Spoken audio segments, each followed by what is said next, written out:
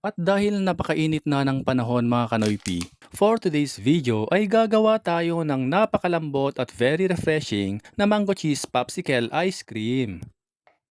Una nating gawin ay i-blender natin ang dalawang mangga. Kung wala kayong blender ay pwede naman ninyong durugin ang mangga gamit ang kutsara. Bukod sa ice cream mga kanoypi, ano pa ang paborito ninyong pampalamig sa tag-init? Paki-comment nyo nga at i-comment nyo na rin saang lugar kayo nanonood para alam namin kung saang lugar nakaabot ang video na ito.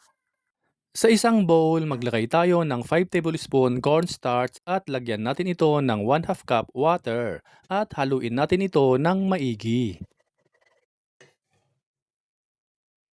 Sa isang kaserola, paghaluin natin ang 2 cups water, 2 can evaporated milk, 1 can mango condensed milk. Lagyan din natin ito ng 1/2 cup powdered milk at ang cornstarch mixture. Haluin natin ng maigi bago natin buksan ang kalan and then let it boil. Once na ito ay kumulo na, patayin na natin ang apoy at hanguin na ito.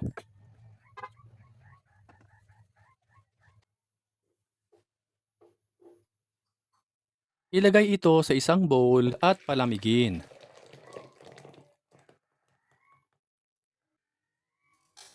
Once na ito ay lumamig na, ilagay na ang blender natin kanina na dalawang mangga. Maglalagay pa tayo dito ng dalawa pang mangga na cut into cubes. At syempre, grated cheese.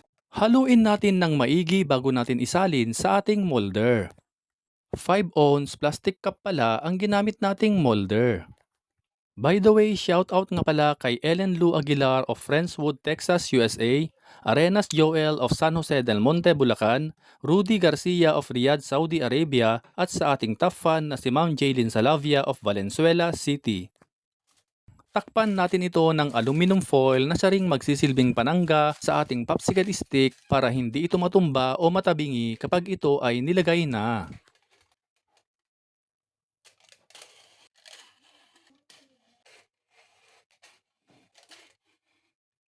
I-freezer natin overnight. At eto na nga, ready na ang ating mango cheese popsicle ice cream.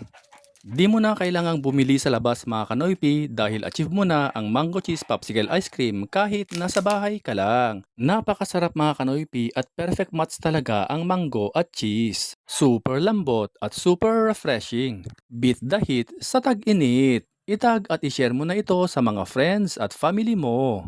Maraming salamat po sa walang sawang panonood at pagsuporta. Hanggang sa muli!